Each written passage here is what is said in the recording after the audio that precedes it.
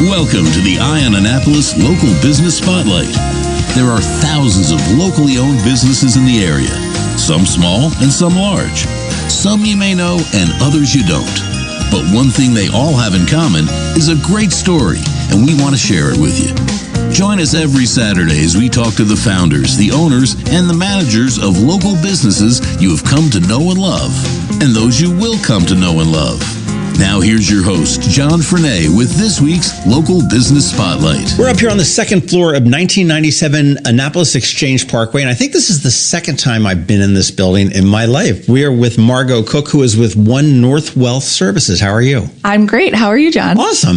The last time I was here was with Evergreen, and I don't remember the full name of it, but Chris McCleary's company after he left USI and started another one, and it was I don't know if it was an investment company or whatnot, but I was up here one time, and that's about it. This is somewhat of a building that it's hard to forget because it's so big, but it's right across from the Annapolis Mall, just the other side between like Jennifer Square and the hospital. Yes, and the hospital owns it, actually. Oh, do they? Yeah, the hospital owns this building, and up on the upper floors, they have marketing and finance and some communications folks. I don't think I knew that. Yep, yeah. I knew they owned the property behind it because the hospital does, or has done in the past, their denims and diamonds in the big old tent back there. Yeah, actually, the history of this building is pretty fabulous because this whole land was bought with a charitable bargain sale, and then they did a land lease for the person who originally bought the building, and then the building became the hospital's property. So it was a really wonderful investment by Chip Dordan, actually, the previous CEO. Yeah, way back when. We got way off topic here, but we are talking with Margo Cook from One North Wealth Services, and you guys are, in the most basic sense, are a financial planning firm located here in Annapolis, and we wanted to get to know a little bit about you. I mean, you said that you've grown up with Chip Dordan, so I'm presuming that you're local and you've been around for a while and you're not some transplant from like Las Vegas. That's correct. Although I did go away for a little while down to Miami for college and a little bit after, but I grew up in the Annapolis, Edgewater, Arnold area. So. Okay, cool. How did you get into financial planning? I mean, personally to me, that seems like the most boring thing in the world, but I know it really is not. Oh my gosh. First of all, I can't believe I'm saying this and people probably will be surprised, but I think it's so exciting. It's like the best problem solving job ever. People come in and they say, I want to do this thing, right? And I want to get there. And then we help them plan to get there. Well, you know, you get somebody that has the passion for it. And that's not surprising that you say that. I mean, it's not surprising that I would say it sounds boring to me. Right. That's just, we've got our own different opinions of everything else like that. But it's, and that's what you want whenever you work with, anybody. It doesn't matter whether it's the guy putting the Slurpees out at 7-Eleven or the hot dog. I mean, he wants to be in it. Here's your hot dog. Do you want mustard on it? Whatever it is, or how to get to your dream, as you mentioned there. Yeah. And, to answer your question, I actually studied marketing and finance in college, but when I graduated, the first job I got was as a fundraiser at Mount Sinai Medical Center in Miami. And I was terrified because I thought asking people for money just sounds horrible, but it was really fun. And so as I continued in the nonprofit career, I started to specialize in what's called planned giving, which is where you work with the financial advisor and the attorney to put together some sort of plan for giving now or later. And I met some really great financial planners. And that's when I finally decided to go back to the original plan for myself, which was to become a financial planner. And I wanted to be in this fee-only space, which is where we are at One North. Wow. Well, financial planning in general is fairly new, isn't it? I mean, my parents, I don't remember, and maybe it's because we didn't have gazillions of dollars, but it's, I just don't remember that. I mean, if, you had a banker that maybe told you what to do, or, maybe there was a stock broker. Right. For investments, but it's changed. It has changed. So, we do both investments and financial planning, but one of the biggest changes that I've seen is that I think in the past with our parents and grandparents, there was a higher prevalence of the traditional pension. So now companies aren't really offering I'm not familiar with that term. Right. Yeah. I mean, it's really hard to find a job now that offers a pension, the federal government and the local government. But other than that, it's pretty hard to find one. So we have to save for our own retirements. we aren't having any company who later after we retire is paying us some calculation of our salary. Oh, okay, right. Okay, well that makes all the sense in the world. I mean, we've certainly got 401ks, but that may or may not be depending on how you're able to contribute. If the company has one, B, if they contribute to it, at what level they contribute to it, and if we're diligent enough to contribute as much as we need to. As we get raises, we tend to spend more. Right? That's human nature. So unless you're really purposefully saying, if as I make more money, I'm going to put more money away for myself, you just start to get more expensive over your lifetime, and sometimes you aren't saving enough.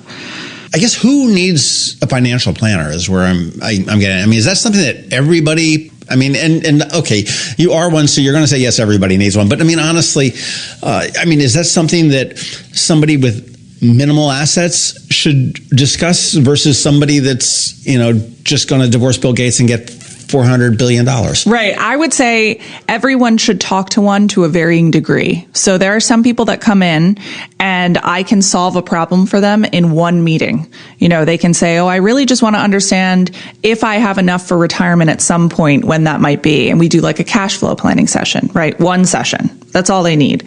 There are some people who need a full comprehensive financial plan. And then there's some people that just need investment management. So almost everybody needs an engagement with a financial advisor to some degree, but understanding what you actually need and having someone not oversell you is the important thing. Mm-hmm. And also, some people hold themselves out as financial advisors, but they're really selling something, right? So maybe they're selling insurance. So if you go to them, they're going to say, the solution to your problem is this insurance policy, right?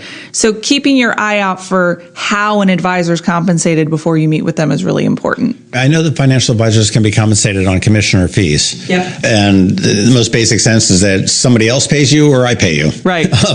And it's not too different from the travel industry I used to be in. And initially we were always compensated by the supplier, and that was a pure commission. And then when commission started to be cut and we couldn't make livings off of it, we turned around and we jumped into fees to supplement that. And it always presented a really tough thing. Who do I work for? Am I working for my travel client? Am I looking for the best deal there? Or am I looking for the best deal because I'm getting free tickets from the airline? Right. How does that work in the financial planning realm? So it's almost the same conundrum. There's basically 3 different kinds of advisors. There's fee only, which is what we are. There's commission only, which is the insurance salespeople. And then there's fee-based. Fee-based sounds like fee only, but it's very different. Fee-based is you're paid both by the client and you're able to sell things to the client and receive commissions. So it's very important, and I know some fee-based advisors that are absolutely wonderful and very ethical and always do what's best for the client.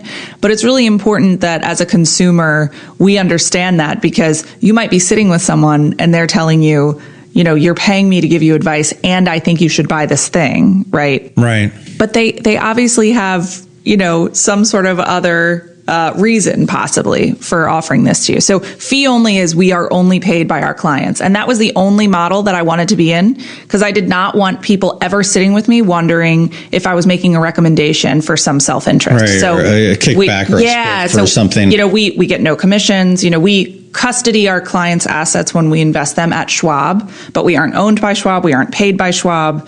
That's just a partnership that we utilize because we like their services. Well, so what happens to the commission? Does your client just earn theoretically more or just retain more of it, or is it rebated back in? Is that so? If we decide that a client needs insurance or some sort of other product, we help them shop it out to another advisor, and that advisor receives the commission, but we are the independent party that's the fiduciary for the client to say, yes, you do need this policy. Here's what I would suggest. Here's how I would suggest you put it together. And then that other advisor receives the commission. And when you say that other advisor, is that somebody within One North Wealth, or may it be totally Billy Bob's separate. Insurance and Indemnity? Or totally separate. Whenever a client needs something like that, we give them a list of at least 3 advisors in the area that we know and like and respect. And then they interview them, decide which one they want, and then we work with that person. So as far as your role in this, you are guiding your client in the decision of, hey, an insurance product might make sense for you. Right. In your little world, in your little bubble that you work at, you're looking at investments. Yep. We need to buy Moderna. We need to, whatever. Right. I don't know whether it gets that granular or not. It does, yeah. Or whether it's just, a larger thing. Here's what you need to do to pop up your 401k. If you want to retire to this level and so on and so forth. So that's where you're like the money people. Absolutely. So we can tell people this is how much you should save and where for this period of time to get to your goals. We also can actually manage their investments for them. So we actively manage it. They give us permission to trade in their account for a fee, and we go in and, we allocate it associated with their goals and their risk tolerance. And we argue about it on a weekly basis internally with our investment team. So all of a sudden you sniff out some new company that your group of advisors, and I know that it's not just strictly the people that you listen to here at One North Wealth, but I mean, you've got Wall Street and everything else that's there. But somebody thinks this is like the next Apple or the next Berkshire Hathaway or something like that. You, depending on how your client has you set up, can turn around and say, hey, we want to get in on this IPO and see where this goes? Yes. So for those sorts of situations where something's more speculative in nature, that would only be added to portfolios for whom clients have more of a growth and risk tolerance associated with that. But we don't even actually call the client ahead of making the trade. We do all the trades at our own discretion. So we see an opportunity, we move a client in or out, depending on what we're looking at. And they see it on their monthly, quarterly statement, whatever it may be. We meet with them and talk to them about it as often as they want, but at least quarterly, to make sure that we're still moving forward in the right direction. How do you spot a good financial planner? Oh, goodness. That's a great question. I think my personal opinion is... You guys ought to get like tattoos or something. Yeah. Like ratings. Yeah. My personal opinion is I think that you can tell if someone is genuinely interested in the work that they're doing and genuinely interested in doing what's best for their client after like a 5-minute conversation. So when you're asking... That's the whole gut feeling. I mean, I can sit down with you over a cup of coffee and they say that in the dating world too. I mean, and we have a bunch of other advisors actually in our area that we think are great too. And so if we have somebody coming to talk to us, to interview us as their potential advisor, we'll say, if you're interviewing advisors, we suggest you talk to these people because they're great. Right. So if you're not going to be with us, be with somebody else that is we great. Respect this respectable in the industry. Sure. That makes all the sense in the world there. When do you start planning for retirement? And again, is retirement always the end game with you? No, actually, we call it work optional. Okay. So the plan centers around, when do you no longer have to work? When can you just decide every day when you get up, whatever it is you're going to do, you're doing because you choose to do so? Because almost none of our clients just stop working and do nothing. Mm-hmm. That basically never happens. But sometimes people have other goals. Sometimes people come to us and say, I really want to buy this property. What do I need to do to have enough money to do that? Or saving for college for their kids. That's a big one too. So any financial goal, we can help somebody plan for, and there's always a solution. There's always an answer. That's sort of the fun part. Well, how much do you have to start? I mean, to work with somebody like you. I mean, and I understand that. I know different, private banks and stuff like that have different minimums. Okay, you've got to, invest $2 million minimum with us or something like that. I mean, right. And I know different financial planners, I'm assuming, also have minimums. I mean, I would think that a commission-based planner would probably have a lower threshold than a fee-based, because I mean, whatever the fee is, you're turning around saying, okay, well, I'm working for this and it doesn't make sense to, Well, that's why we set it up as two different kinds of fees. So we have one fee for active investment management, and then we have another fee for just strictly planning hours, and that's an hourly fee. Okay. So for the active investment management, it generally makes the most sense for people to do that with us once they have about $500,000 or more for us to invest for them. But we also make investment recommendations on an hourly basis. So if somebody comes in and they don't have $500,000, they can come in as often as they want and pay for a session with us for us to make recommendations for their portfolio. We'll even sit with them and they log in and we show them how they trade it and all that stuff. Okay, so this is... Yeah, so there's options for everybody. And, we do a complimentary initial consult for everyone. So what generally happens is if I get like a really young person in here who just needs some general guidance, I can give them all that guidance in that first session. And then they aren't paying me, $400 for an hour of session, right? I tell them, when you hit these milestones, call me back. When you get to a point where you're saving this amount, and you're at this point in your career, you're about to buy a house, call me back. So you might see a fresh college graduate. Yep. And say, hey, max out that 401k as much as you can. Don't worry about your savings or whatever the advice may be. Yep. And when you have a life change, whether it be getting married, moving, job, whatever it is, let's reevaluate. So this is not a quarterly type of a thing. You may see them for 5 years. It's totally up to our clients, and we tell them we think you should do it this often, depending on their situation, but it's up to them. We don't have some, yearly fee or quarterly fee that automatically gets billed. We aren't in the business of surprise bills. Mm-hmm. So, we tell somebody ahead of time, That's think we Comcast can help you. Business for. Yeah, right. Exactly. Or surprise increase in bill. Right. Okay. One North Wealth.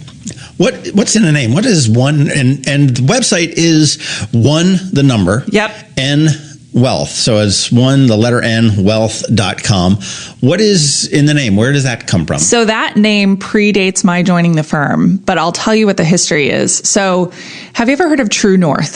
Mm-hmm. When you have purpose, you're true north, right? Right. I mean, it's a compass and... Right, exactly. Right. So that was sort of the basis of the start of getting to the One North name, because at really the core of our firm, our mission is to always do what's right for the client, regardless of whether it's right for us or not. Okay. So that's where that came from. And then our current CEO and president, Jim Brennan, he loves to go biking. And so he saw this beautiful painting of a parent and a child biking on this long highway up the coast. And it had the number 1 next to it. Right. And so he thought to himself, this is us. We're like on the highway towards some goal where you're enjoying the view along the way. So our goal for our clients is that they find their true north, their one north, and we help them get there.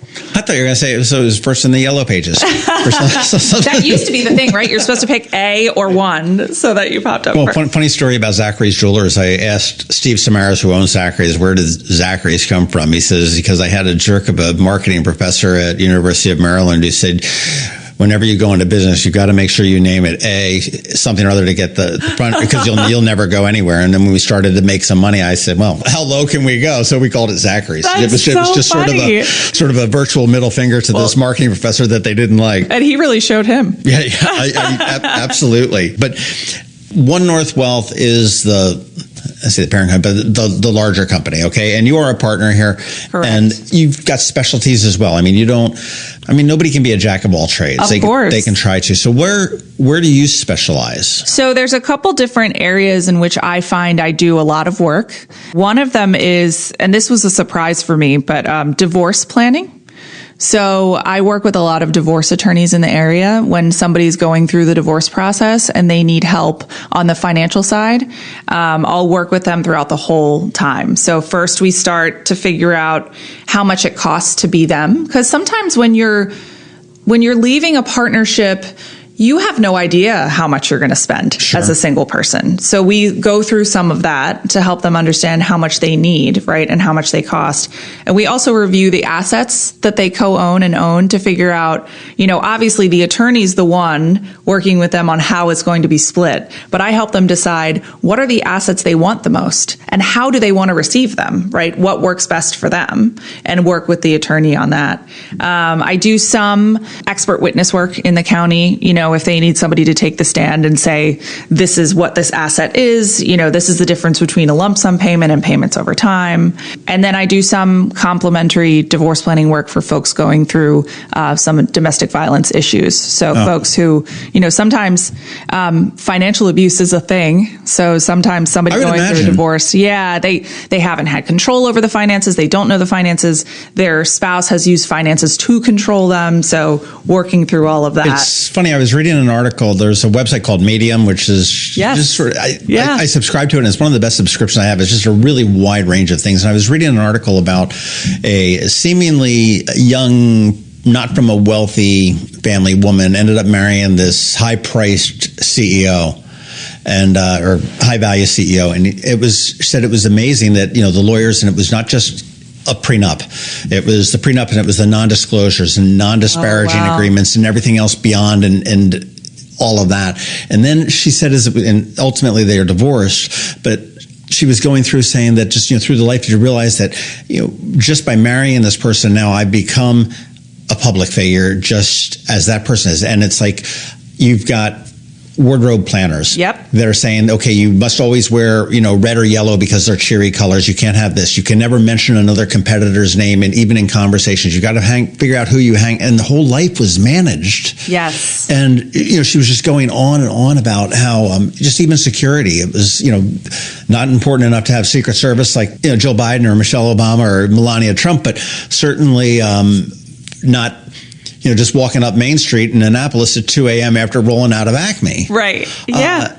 So it was very interesting. She said, that they lost the identity. And I can totally see that coming out of that, it's like, okay, yeah, I know he's got a lot of money, but what is a lot of money? I mean, you hear this Bill Gates and Elon Musk, or not Elon Musk, but Bezos. Jeff Bezos got divorced. It's with the ungodly amounts of money and the wonderful things that Mackenzie Bezos is doing with it is. Yes. And, I think it's just nice to have a team of advisors helping you make decisions at these big moments, right? Because, my job is not to convince someone what they should or shouldn't have. My job is to give them all the information so that when it comes time for them to make decisions and negotiate, they know they had all that information. Like they aren't saying, no, I don't want my half of your pension if they don't know what it is, right? At least know what it is before you decide whether or not you want it. And then we don't do any retirement planning during the divorce process.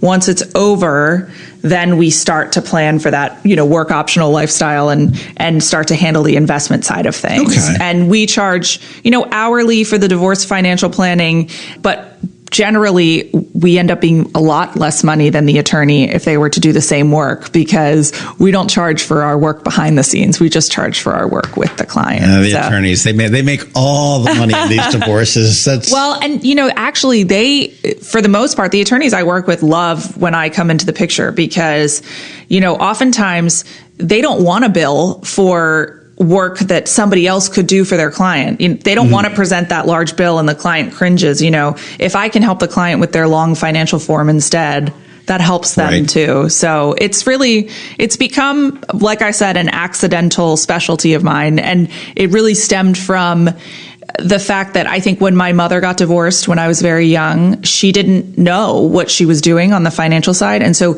she really waived her interest in a lot of things that she should have had. And now she would be a different place herself financially if she had done all those things on the front end. That was the thing back then. And I think I'm trying to remember who it was, but it was the chairman of GE that ultimately got a famous divorce, and his wife is pretty much the social hostess of the household, if you will. Yep. Entertaining the clients that would come in and everything else. And she took him to the cleaners, but rightfully so. But she said, I haven't earned a salary in X number of years, but this is what I brought to this table, and you would not be where you are without. Absolutely. What I've done. Now, do you deal mostly with women, or is it a mix? Or it's a mix.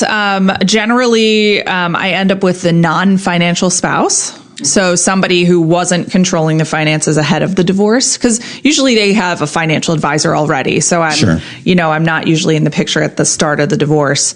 But all sorts of different types, people with a lot of money, people that don't have a lot of money. It really is. It's interesting. Sort of any scenario. I never would have thought of having a financial planner enter a divorce proceeding. That's interesting. You said it's an accidental. It is. And I feel pretty passionately about it. Information is power, right? So you have all the information, and then you can look back on whatever decision you made and say, I knew what I was doing. And that's really all we can ask for.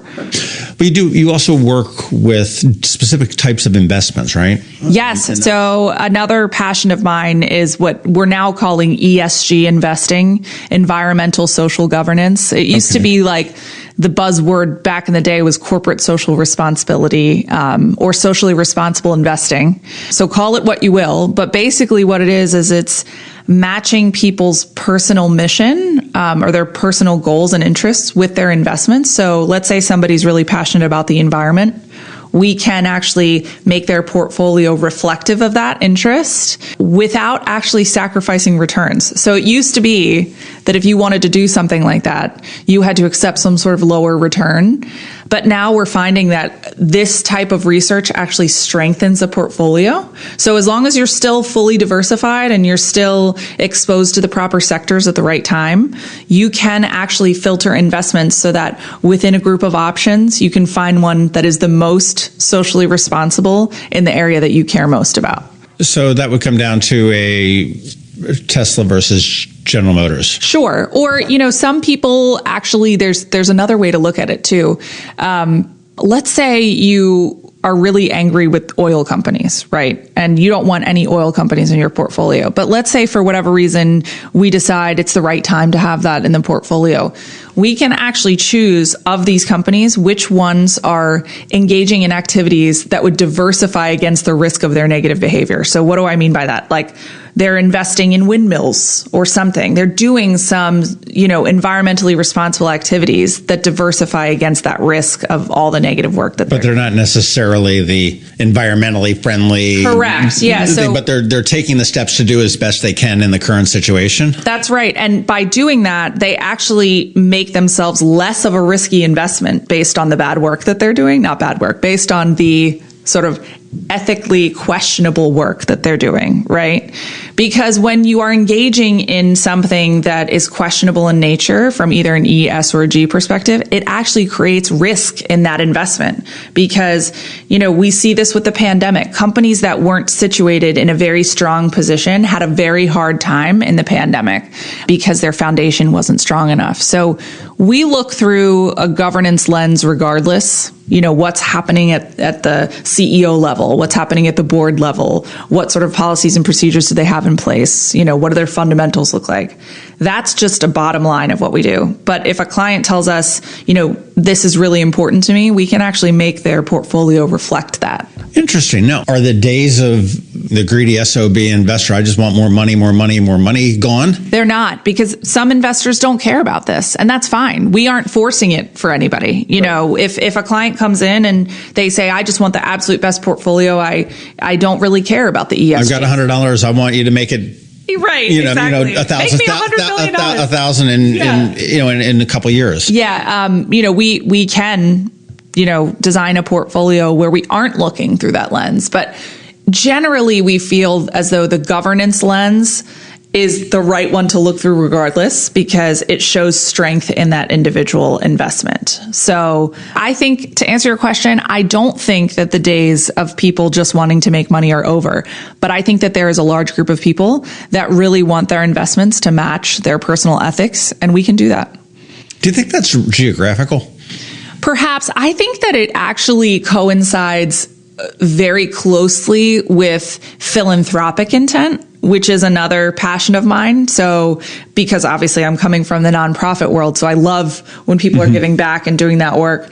But people who are philanthropically minded also want to do great work in other areas of their life. And so I think people are looking through that lens at their whole life to say, what sort of decisions am I making every day that don't match with the type of change that I want to see in the world? So we see very often that philanthropically minded people are much more interested in ESG investing than the average person is. And I would venture to say that more of the population of America, if you will, that the more of the philanthropic people are located probably on the West Coast and the East Coast and the big cities. So you've got, the Boston, D.C. corridor, probably Chicago, and then out on the West Coast. So that somewhat makes sense. That's fascinating, though, that people are doing that, saying that, I want my investments to match my lifestyle as I drive down the road in my Tesla. Exactly. Right.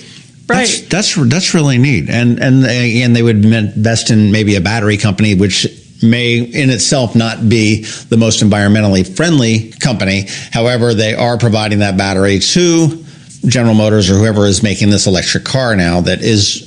Well, that's exactly right. And we get into the weeds with our clients. I mean, we ask them, do you want to avoid these types of investments altogether? Or do you want us to choose a company who's doing some other great things, even if some of the things they're doing don't align with your mission?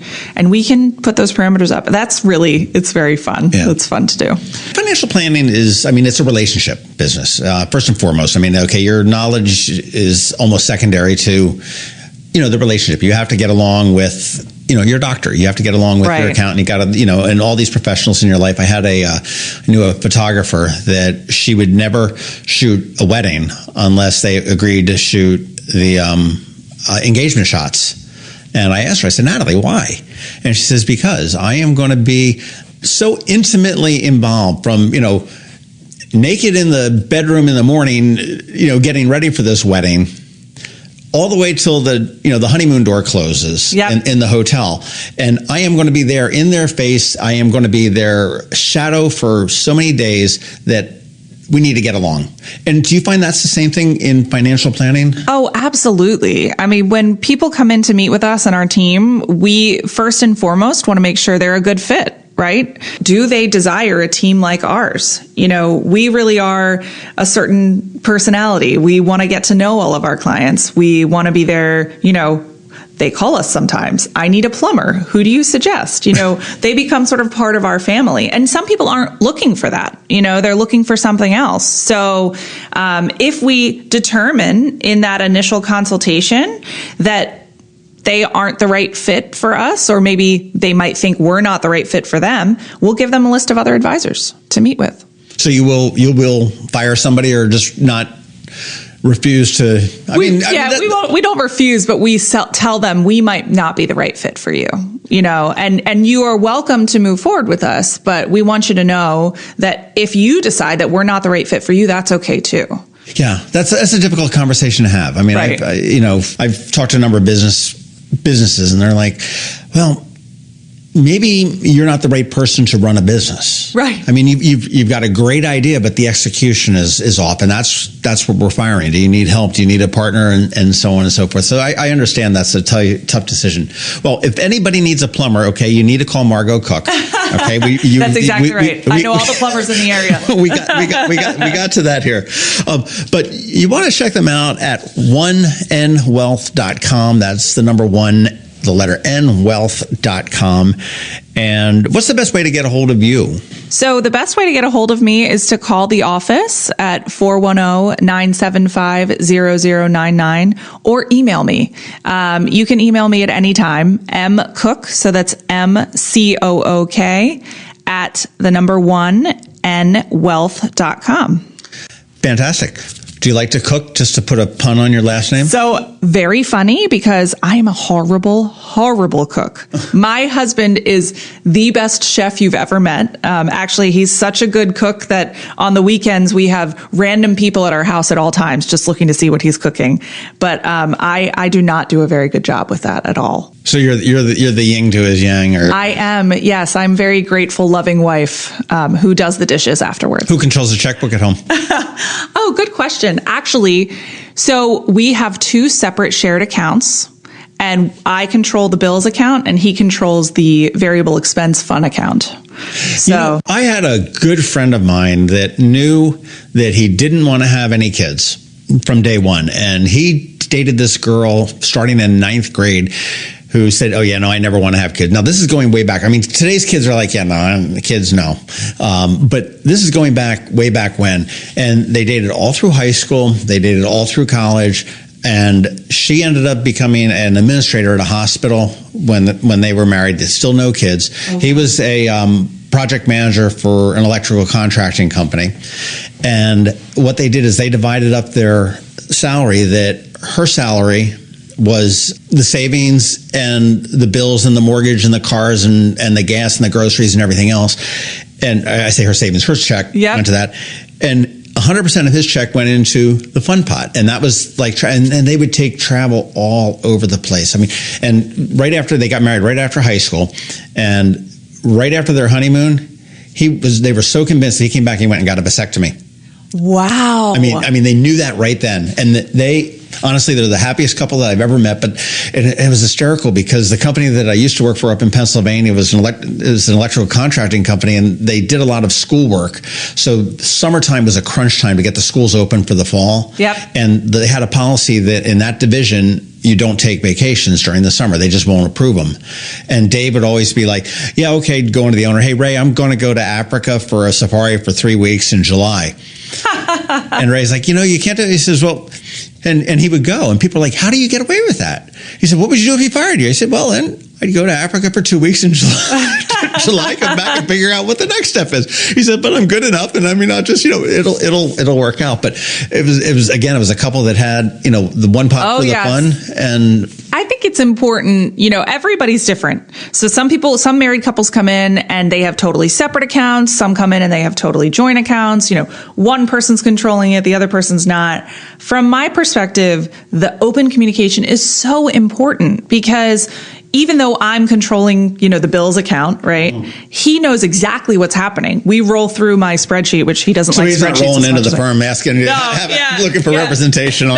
No. Or poor guy, if that happened, I don't know who he would call because all these attorneys are conflicted out around here. That's hysterical. Again, Margo Cook, partner with One North Wealth Services, right here at 1997 Annapolis Exchange Parkway, across from the Annapolis Mall. Thank you very much for your time this morning. This is really informative. Thanks. Thank you very much. Thanks for having me. Thanks for listening to this week's Local Business Spotlight. Please make sure to visit eyeonannapolis.net for all your local news, events, and opinion. And in case you haven't already, please subscribe to the Eye on Annapolis Daily News Brief, where we bring you all the day's local news direct to your phone, tablet, or computer in about 10 minutes. It comes to you at 6 a.m. every Monday through Friday, and you can subscribe on Apple Podcasts, Google Podcasts, or wherever you get your podcasts.